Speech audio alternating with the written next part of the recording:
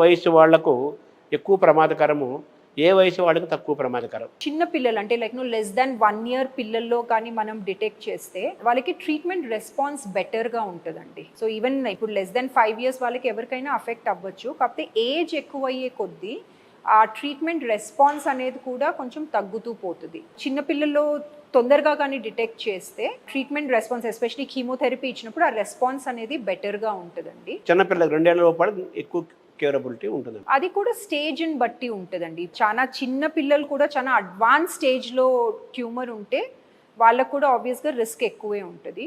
Are కొంతమంది కొంచెం like 5 years 6 years ఉన్న వాళ్ళు కూడా ఎర్లీ స్టేజ్లోనే ఉంటే వాళ్ళకి రెస్పాన్స్ బెటర్గా ఉంటుంది. So basically age also important because జనరల్గా చిన్నపిల్లల్లో నేను చెప్పినట్లు కీమోథెరపీ రెస్పాన్స్ బెటర్గా ఉంటుంది. బట్ వాళ్ళు ఏ స్టేజ్లో ట్రీట్మెంట్కి వచ్చారు అన్న దాన్ని బట్టి మనము ఎంత రిస్క్, వాళ్ళ లైఫ్ రిస్క్ ఏంటి, ఐ కాపాడే ఛాన్సెస్ ఏంటి, విజన్ ఉండే ఛాన్సెస్ ఏంటి అది మనము చెప్పగలుగుతాం.